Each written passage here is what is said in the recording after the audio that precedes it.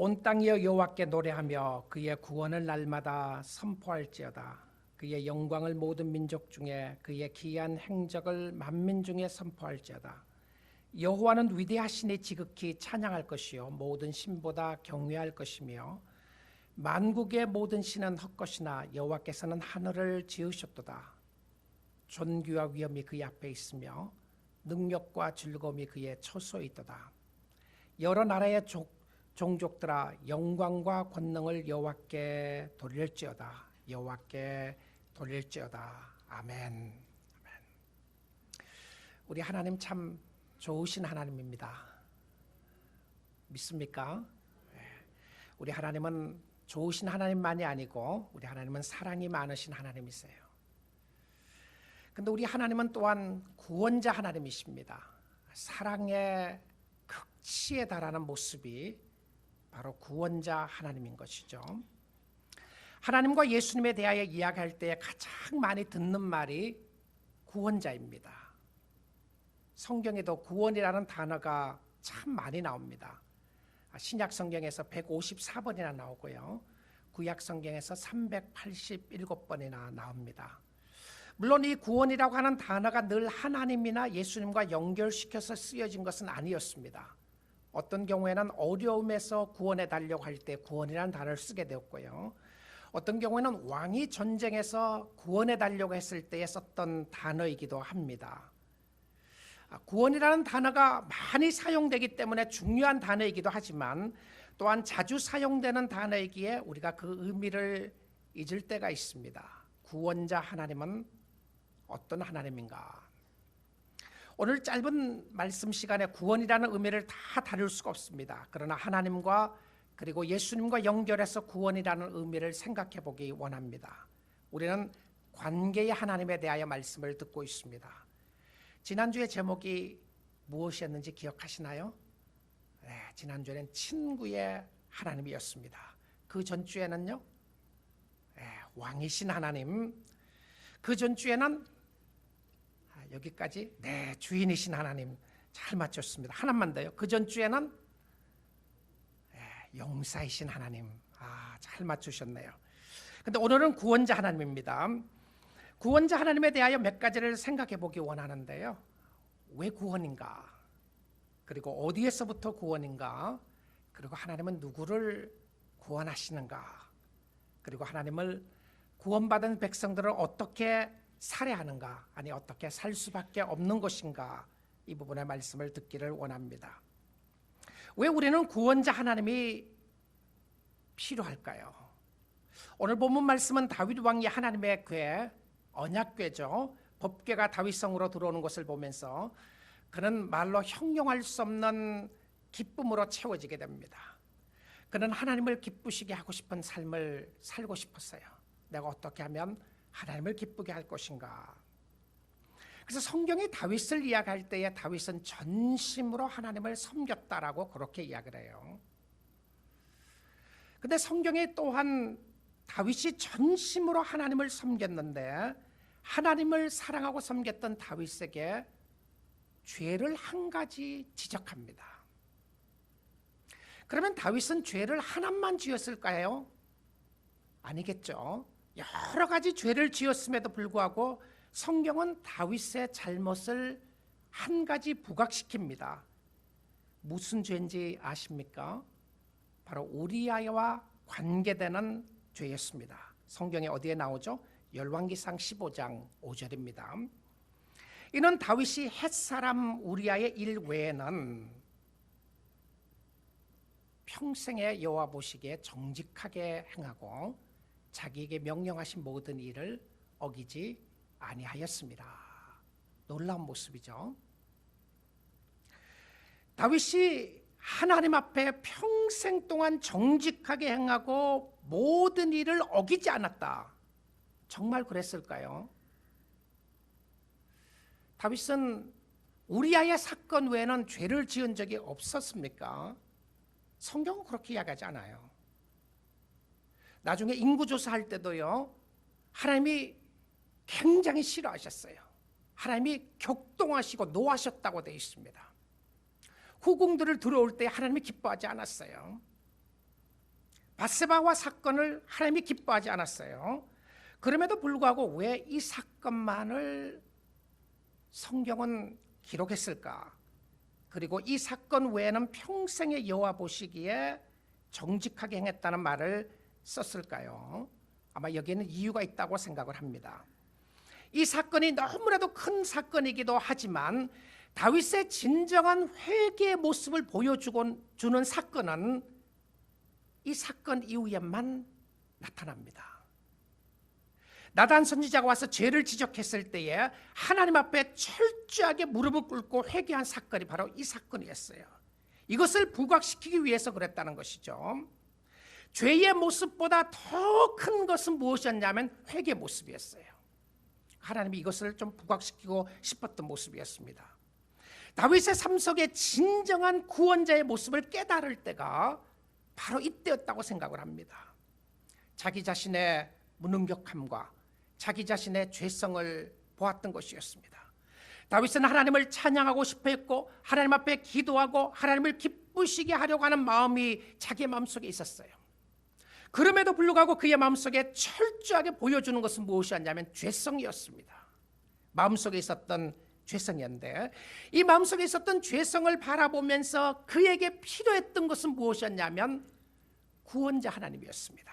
구원자 하나님이 필요했던 것이죠. 그의 죄를 해결해 줄 분은 하나님밖에 없다는 것을 그가 깨닫고 하나님 앞에 찬양하기 시작합니다. 하나님이여 내가 당신에게 범죄하였나이다. 시편 51편에 보게 되면 내가 주께만 범죄했다고 하는 표현을 써가면서 그가 잘못된 것이 하나님 앞에 얼마나 잘못된 것이었고 하나님의 거룩하심을 더럽히고 소망이 없는 사람인 것을 그가 깨닫고 하나님 앞에 회개하는 역사를 보여줍니다. 이 사건은 다윗의 삶 속에 죄악을 드러내지만 또한 회개함으로 하나님의 용서받은 모습을 드러내는 사건이었습니다. 다윗은 언약궤가 자기의 성전으로 자기의 전으로 들어오는 것을 다윗성으로 들어오는 것을 보면서 하나님을 찬양합니다. 하나님 위대하신 하나님이십니다. 하나님은 놀라우신 하나님이십니다. 그런데 그 놀라우신 하나님 속에 나타났던 모습이 23절에 보시면 온 땅이여 여호와께 노래하며 그의 구원을 날마다 선포할지어다. 그의 구원을 날마다 선포할지어다. 여러분 성경을 전체적으로 요약한다면 하나님의 구원 계획서죠. 그렇죠? 하나님은 구원을 계획하시는 분이시고요.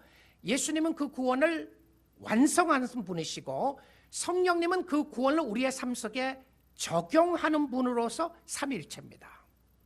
그러니까 하나님이 구원을 계획하시고 그리스도가 완성하시고 성령님은 오늘 또 그 구원의 의미를 깨닫게 하고 그 구원의 사건을 우리의 삶 속에 적용시켜 주는 거예요. 근데 우리의 삶 속에 이 구원의 적용이 일어나게 되면 찬양과 기도와 감사와 기쁨과 예배가 나타나는 모습을 보여줍니다. 구원의 역사였습니다. 근데 일반적으로 사전적인 의미에서 구원을 이렇게 정의를 했어요. 구원은 곤경에 처해 있을 때의 그 상황을 개선해 주는 사람이다. 별로 마음에 들지 않는 데피니션이에요. 어려움에 처해 있을 때 그 환경을 개선해 줄 수 있는 사람이다. 어떤 의미에서 보게 되면 위험에서 건진받는다고 볼 수 있겠죠. 근데 성경적인 의미로 보게 되면 이 구속의 의미가 구원의 의미는요. 하나님의 진노로부터 죽음으로부터 해방을 받는 것을 말한다. 그렇게 돼 있어요.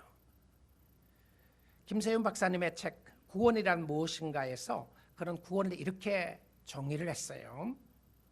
죽음과 그 증상들은 모든 악과 고난에서 해방되는 것이 구원이다.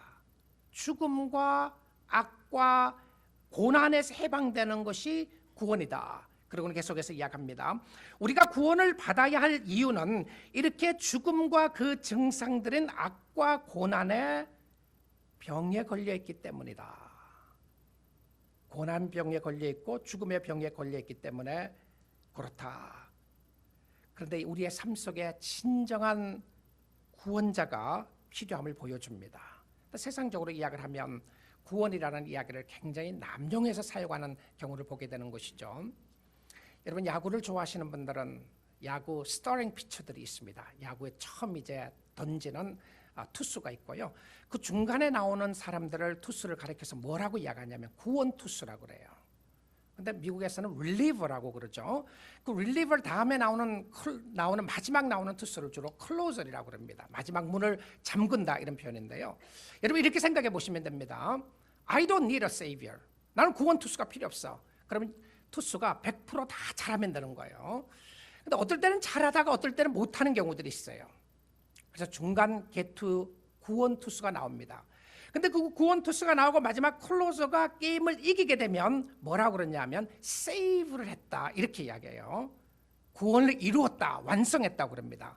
굉장히 어떤 남용되는 성경의 의미와는 굉장히 남용되는 모습들이라는 것을 보게 되는데요. 그런데요, 내가 모든 것을 완벽하게 잘하고 있으면 나는 구원자가 필요 없습니다. 그렇죠? 나는 다른 사람 도움 필요 없어요. 모든 일에 나 다 잘하면. 여러분 만약에 물질에 의해서 빚을 졌어요.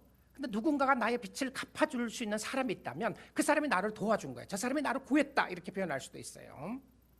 죽음의 병에 걸렸는데 그 병에서 의사가 나를 잘 고쳐줬거나 약이 특효가 있는 약을 먹음으로 말미암아 병이 나았으면 그 병에서 구원받았다고 말할 수 있습니다.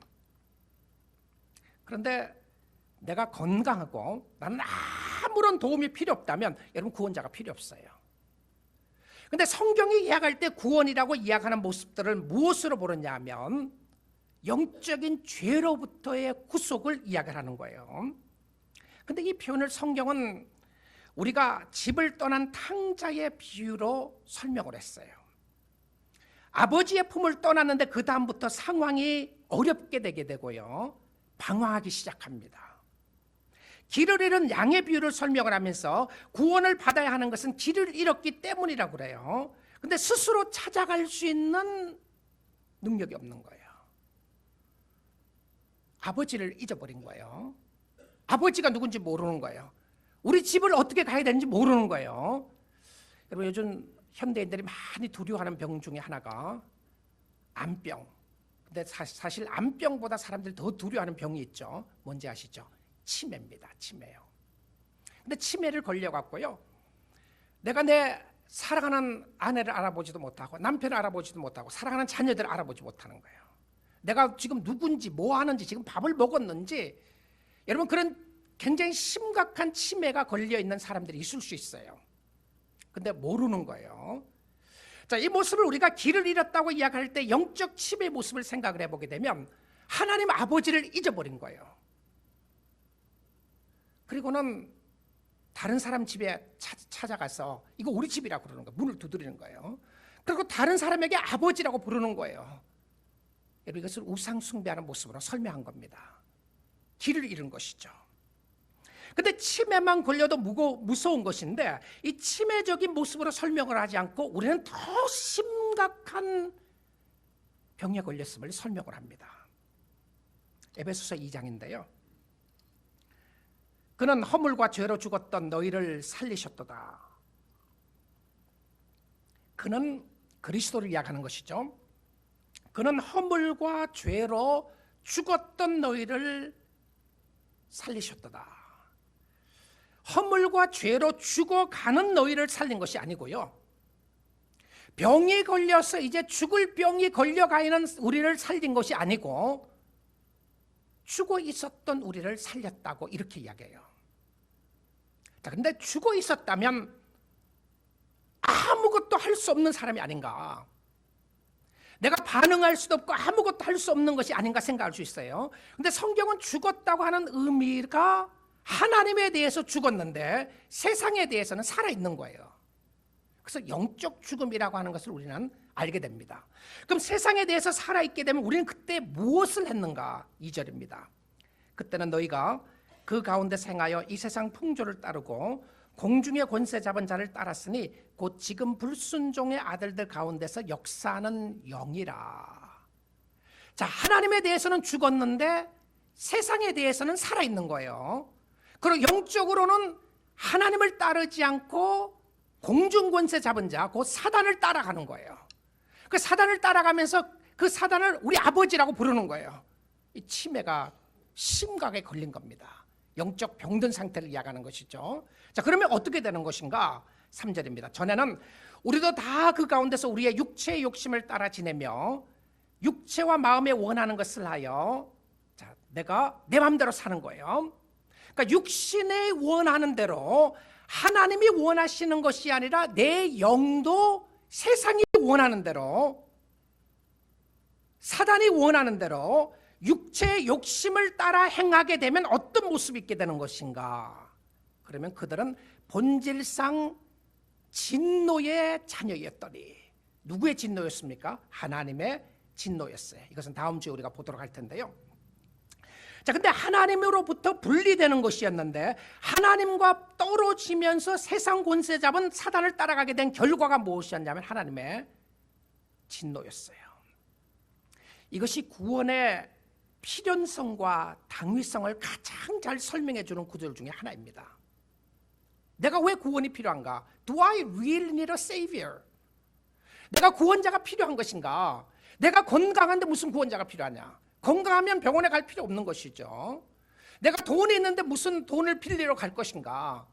내가 필요한 것 모든 것을 가지고 있는데 나는 아무런 도움이 필요 없다. I'm perfect.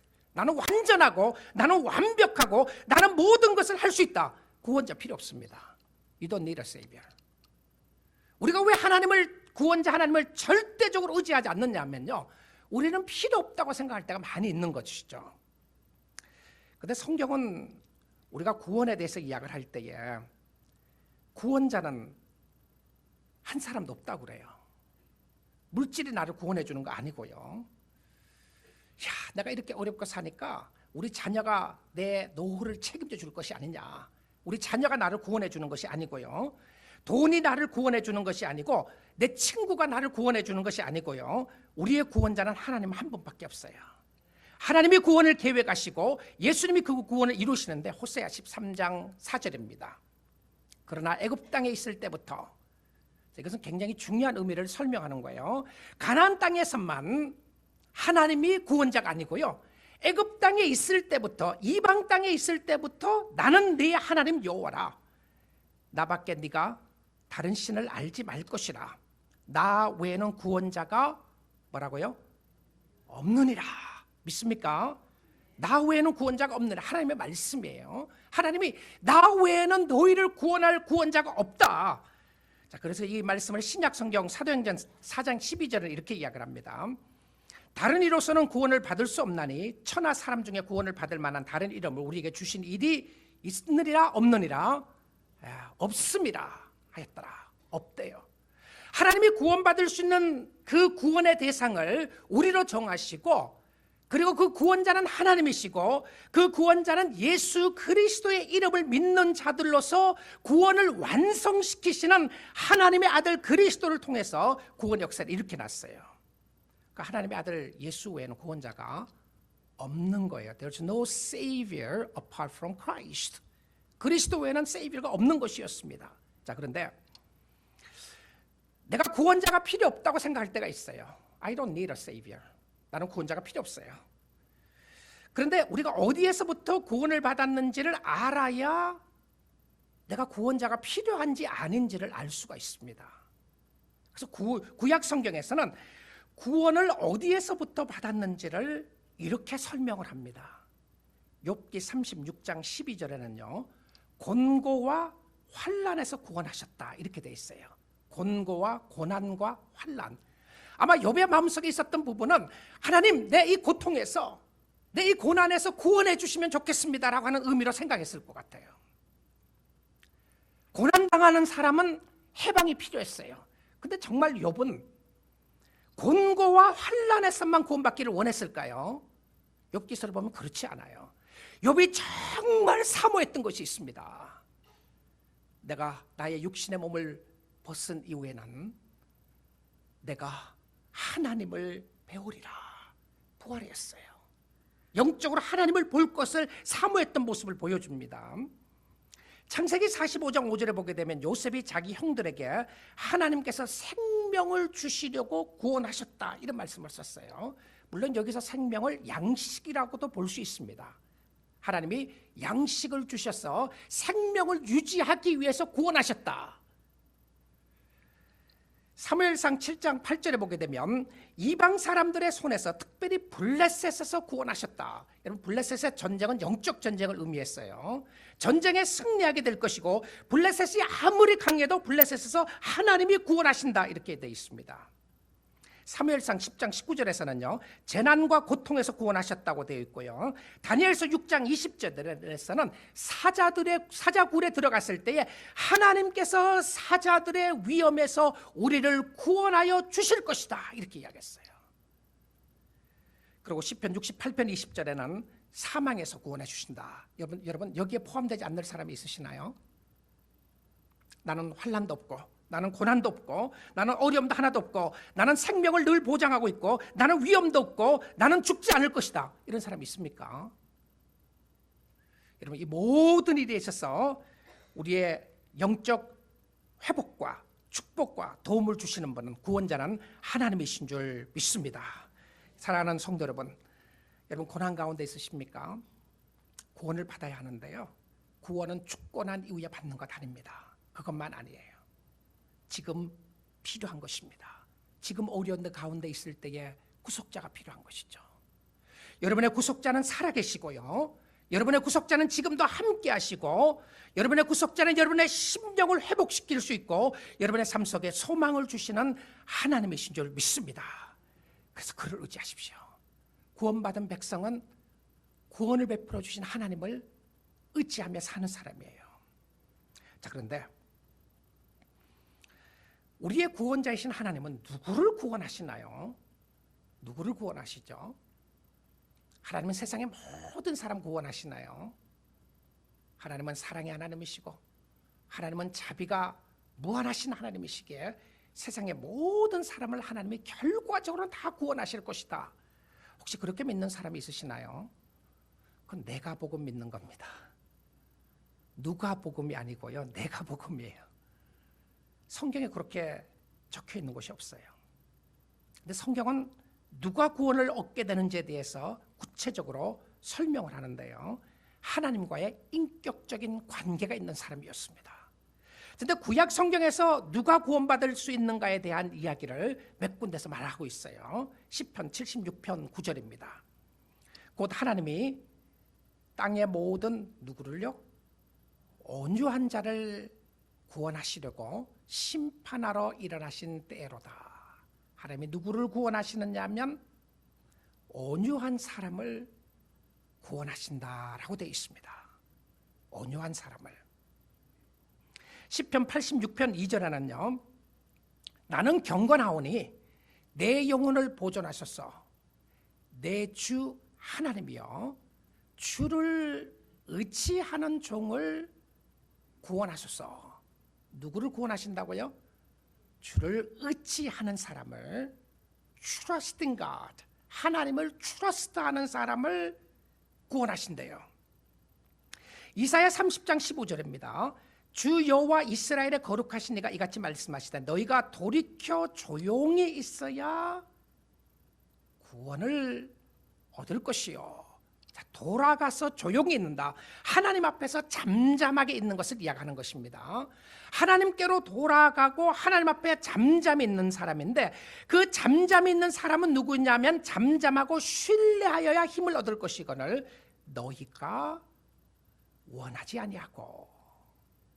너무 바쁜 거예요. 싫은 거예요. 왜 내가 하나님을 의지해야 하지? I could do it. 내가 할 수 있는데, 나에게 능력이 있고 나에게 힘이 있는데 내가 왜 하나님을 의지해야 되는 것인가? 자, 이 구약 성경의 모습을 보게 되면 온유한 사람, 하나님을 의지하는 사람, 하나님 앞에 잠잠하게 하나님을 신뢰하는 사람을 구원하신다고 그랬는데, 여기에 공통된 적이 하나가 있습니다. 여기 나타난 공통된 점이 무엇이었냐면, 이미 사실 이 말씀은 누구에게 주는 말씀이었냐면 이스라엘 백성들에게 주는 말씀이었어요. 하나님의 자녀라고 말하는 사람들에게 주었어요. 그렇다면 저는 이 말씀은 누구에게 오늘 적용되는 말씀이냐면 오늘 교회 오는 성도들이에요. 교회 오는 사람들에게. 이 가운데서 하나님을 믿고 하나님을 의지한다고 하는데 그렇지 않는 사람이 있는 거예요. 내가 구원을 받았다고 이야기하는데 경건한 모습이 아무것도 없는 사람이 있어요. 내가 구원을 받았다고 이야기하는데 온유한 모습이 하나도 없고요. 내가 구원을 받았다고 하는데 하나님을 신뢰하지 않는 사람이 있다는 것이죠.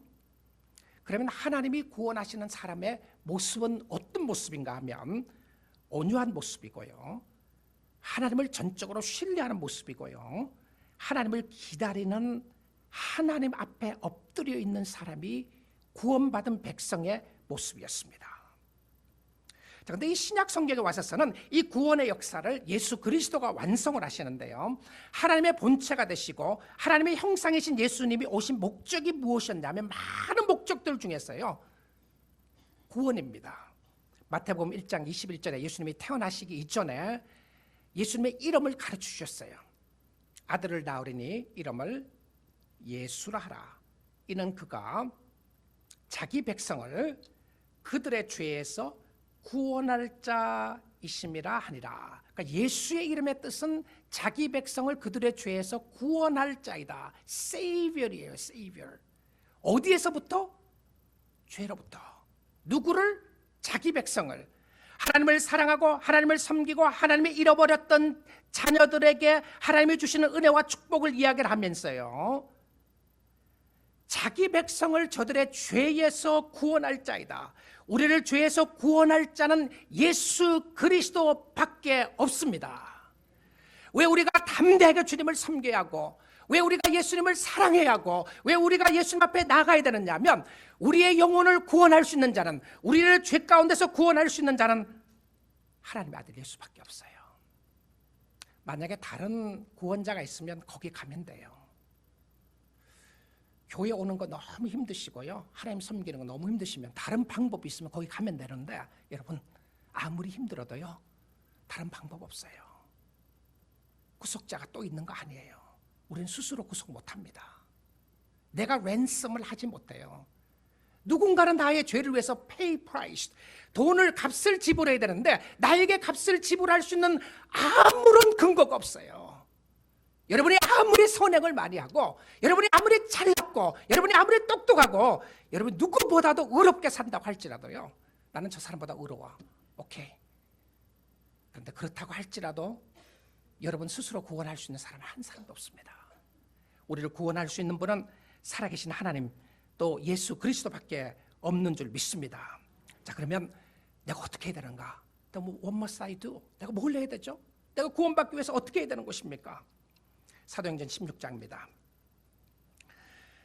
감옥에서 일어났던 일이었는데요, 옥중에서 일어나면서 주위의 사람들이 옥문이 열리고 기적의 역사가 나타나고서 난 위에 이렇게 이야기합니다. 그들이 데리고 나가 이르되, 선생님이여, 내가 어떻게 하여야 구원을 받으리까 하거늘 What must I do to be saved? 내가 어떻게 하면 구원을 얻을 수 있겠습니까? 그러니까 답을 뭐라고 주시죠? 그들이 이르되 주 예수를 믿으라. 그리하면 너와 내 집이 구원을 받으리라 하고, 어떻게 해야 된다고요? 예수를 믿는 것입니다. 누구든지 주의 이름을 부르는 자는 구원을 얻으리라. 누구든지 주의 이름을 부르는 자는 구원을 얻으리라.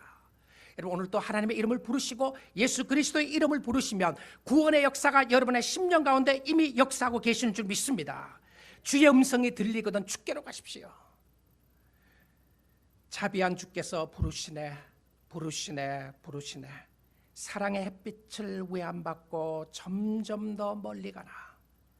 지금 오라 지금 오라. 자비한 주께로 지금 곧 나오라. 자비한 주께로 지금 나아가게 되면 하나님이 여러분을 맞이해 주시고 영접해 주시고 하나님의 은혜와 사랑으로 축복해 주실 줄 믿습니다. 우리가 구원을 체험했어요. 하나님의 은혜가 너무 크시고 하나님의 사랑이 너무 크시고 나의 어떤 선행과 나의 어떤 노력이 아니라 전적인 하나님의 은혜였구나. 하나님 감사합니다. 내가 이 하나님을 나의 구주라고 부를 수 있는 것이 축복이었습니다.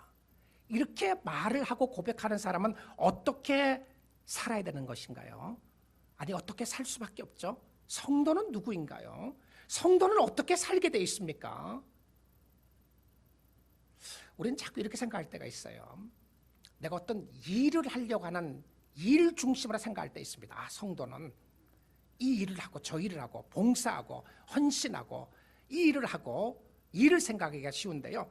사실 성경이 이야기하는 일 이전에 하나님으로부터 구원받은 백성들의 삶 속에 나타나는 증거들이 있습니다. 내가 하나님의 자녀이고 하나님이 기뻐하는 하나님의 사람이라면 하나님이 나를 통하여 원하시는 것이 있어요. 이렇게 살 수밖에 없어요. 먼저 역대상 16장 25절을 봅니다. 여호와는 위대하시니 극진히 찬양할 것이요 모든 신보다 경외할 것이며. 하나님의 구속받은 백성은 하나님을 찬양하게 돼 있어요. 찬양한다고 해서 노래 부른다고 생각하지 마시고요, 하나님을 높인다는 거예요. 하나님 위대하심을 찬양합니다. 구원받은 백성들은 하나님을 경외하는 거예요. 여기 경외한다고 하는 것은 하나님을 최고의 위치에 두는 거예요. 리스펙트하는 겁니다. honor 거예요. 자, 그런데 구원받은 백성이 하나님을 우습게 생각하는 사람 아니에요. 내가 죽음에서 생명으로 하나님이 나를 구원해 주셨는데 하나님을 우습게 생각하고 있지는 않는가? 예배를 우습게 생각하고 있지 않는가? 기도하는 것을 우습게 생각하고 있지 않는가? 하나님을 무시하지 않습니다. 무시할 수가 없어요. 어떻게 생명 다해 나를 위해 죽으신 하나님을 무시할 수가 있겠습니까? 오히려 하나님 앞에 감사, 찬양, 영광을 돌려드립니다. 하나님 감사합니다. 하나님 찬양합니다. 하나님 경외합니다. 구원받은 사람은 하나님을 높이고 높이니까 경외하고 경외하니까 높게 되는 역사를 보여주는데요. 그때 이 찬양의 모습으로 또 보여주는 것이 있어요. 역대상 16장 27절 28절인데요. 존귀와 위엄이 그의 앞에 있으며 능력과 즐거움이 그의 처소에 있도다. 여러 나라의 족속들아 영광과 권능을 여호와께 돌릴지어다. 여호와께 돌릴지어다. 존귀, 위엄, 권능, 즐거움, 영광을 하나님께 돌리게 되는 모습을 보여주는 거예요. 왜 그러냐면 하나님을 높이고 싶은 마음이 너무너무 간절했습니다. 사실 이 시를 시작하면서 다윗은 이렇게 시작했어요. 너희는 여호와께 감사하며 그의 이름을 불러 아뢰며 그가 행하신 일을 만민 중에 알릴지어다. 하나님께 감사하고 하나님 앞에 찬양하라. 그러니까 성도의 마땅히 나타나는 모습 중에 하나가 무엇이었냐면 감사와 찬양이에요. 여러분, 혹시 여러분의 심령 속에 주님을 섬기면서 우리가 힘든 때가 있어요. 정말 힘들고 어려울 때가 있죠. 그런 시간들이 있어요. 우리의 자신들을 돌아볼 수 있는 고난이 있고요, 어려움이 있습니다. 근데 내가 예수를 믿고 난 이후에 내가 예수를 믿었다고 하는 증거가 내 마음속에 참 기쁨과 감사가 없으면 그러면 구원의 감격이 없는 거예요. 구원의 역사를 말하기가 쉽지 않아요. 그러니까 예수 믿고 난 사람들에게 나타났던 모습이 하나님을 높이는 모습이 나타나는데요. 그 하나님을 높이면서 그의 심령 속에 채워졌던 것은 무엇이었냐면 기쁨이었어요. 기쁨. 말로 형용할 수 없는 기쁨이 나타나게 되는데요. 이사야 61장 10절입니다. 내가 여호와로 말미암아 크게 기뻐하며 내 영혼이 나의 하나님으로 말미암아 즐거워하리니. 기뻐하고 즐거워한다고 되어 있죠. 그 이유는 이는 이렇게 되어 있는 겁니다. 그 이유는 그가 구원의 옷을 내게 입히시며 그가 구원의 옷을 나에게 입히시고 공의의 겉옷을 내게 더하심이 신랑이 사모를 쓰며 신부가 자기 보석으로 단장함 같게 하셨습니다. 자, 하나님이 구원받은 백성에게 무엇을 주시느냐 하면 옷을 입혀주시는 거예요. 구원의 옷을 입혀주시고 거기에 구원의 옷과 함께 덧입혀주시는 것이 무엇이었냐면 하나님의 공의의 옷이었습니다. 이 하나님의 공의의 옷은 어떤 옷이냐면요, 오직 예수 그리스도로 말미암아 죄 없다고 인쳐지는 옷이었어요. 여러분, 이 옷을 입지 않고서는 천국에 갈 사람 아무도 없습니다. 신약 성경에도 예수님의 비유 가운데도 이런 말씀이 나와 있죠. 천국 잔치를 배설했는데 천국은 이와 같다고 이야기하면서 잔치를 이야기하는 거예요. 모든 사람들이 다 예복을 입고 왔어요. 근데 그 중에 예복을 입지 않는 한 사람이 있었습니다. 그래서 주인이 가서 물어보는 거예요. 야, 너 왜 예복을 안 입고 있느냐? 그러니까 그 사람의 답이 뭐였습니까? 유구무원이었다, 이렇게 이야기해요. 한마디도 대답하지 못했다. 무슨 말이죠? 하나님 앞에 우리가 대답할 말이 없어요. 왜 하지 않았는가? 대답할 말이 없어요. 근데 예복을 입으면 되는데 안 입는 거예요. 근데 그 예복이 무슨 예복이냐 하면 의의 예복이에요. 의의 옷이었습니다. 정결하게 되는, 오직 예수 그리스도로 말미암아 입혀지는 의의 옷이었습니다. 이 옷을 입어야 구원의 역사가 완성되는 줄 믿습니다.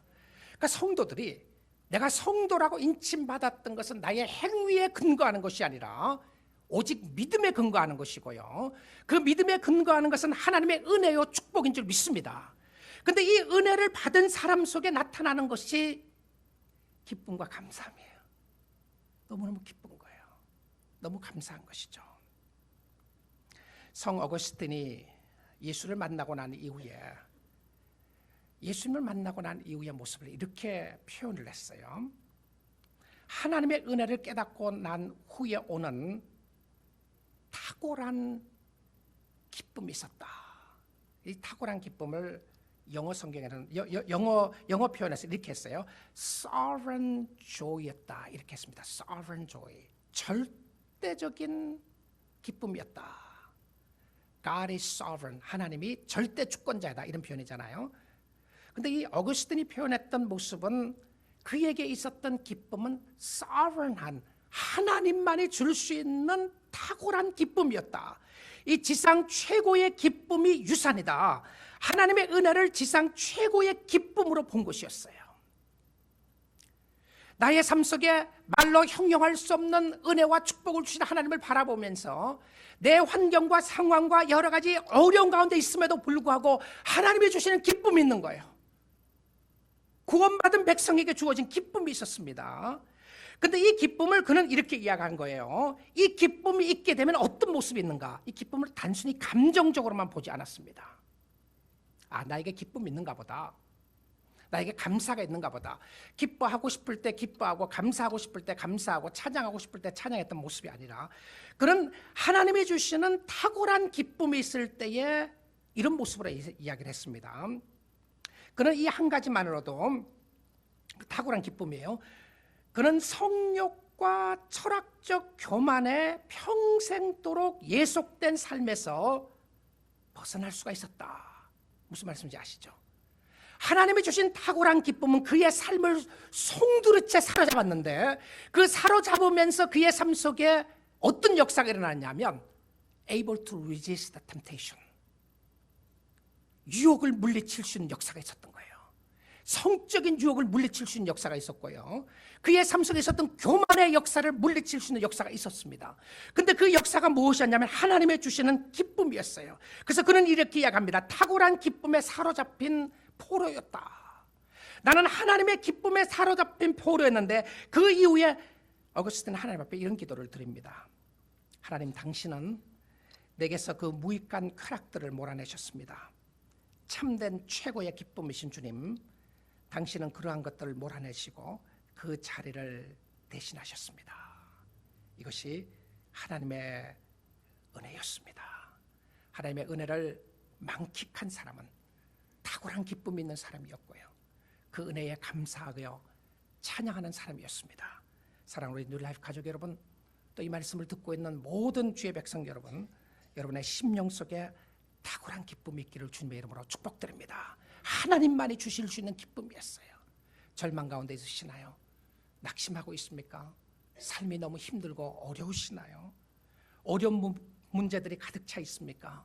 오늘 구원자 되신 예수 그리스도를 만날 수 있기를 원합니다. 하나님과 인격적인 만남을 가질 수 있기를 원합니다. 여러분, 많은 하나님의 관계에 있어서 가장 핵심적인 관계 중에 하나가 구원의 관계입니다. 하나님과 구원의 역사를 감사하며 찬양하며 바라보는 것이었습니다. 구원받은 백성은 구원의 감격이 있었고요, 기쁨과 찬양의 감격이 있었고, 구원받은 사람은 감사로 찬양하고 하나님을 의지하고 그리스도를 의지하는 사람이었습니다. 오늘 길이 있고 방법이 있다는 것이 소망입니다. 가능성이 있다는 것이죠. 최근 어떤 사람하고 이야기를 하다가 이런 이야기를 했어요. 목사님, 나 이제 할 만큼 했습니다. 제가 어려운 거 압니다. 그래서 교제를 했는데요, 할 만큼 했다고 하는 의미 속에 많은 의미가 있는 것이죠. 너무 힘들었다. 내가 최선을 다했다. 내가 이만큼 했는데 더 이상 못하겠다. 이거죠. 더 이상 못하겠다. 할 만큼 했는데 더 이상 못하겠습니다. 그래서 제가 그랬어요. 소망을 버리면 살아가기 굉장히 어려울 것이다 라고 그랬어요. 근데 너무 힘들어요. 여러분, 소망을 버리면 살아갈 것이 어려운데 여러분, 그런 때가 있지 않아요? 나 이 사람에 대해서 할 만큼 했어. 나 이 상황에 할 만큼 했어. 근데 진정한 절망 속에 소망을 얻을 수 있는 방법은 살아계신 하나님을 의지하는 역사인 줄 믿습니다. 여러분의 상황 속에서 주님을 의지하시고요, 구원자 되신 예수 그리스도가 오늘 우리 가운데 계신다는 것이 얼마나 감사한 일인가요? 세상에 그 무엇보다도, 그 어떤 것보다도 구원자 되신 하나님을 인하여 감사하며 찬양하며 그 이름을 높일 수 있기를 주님의 이름으로 축복드립니다.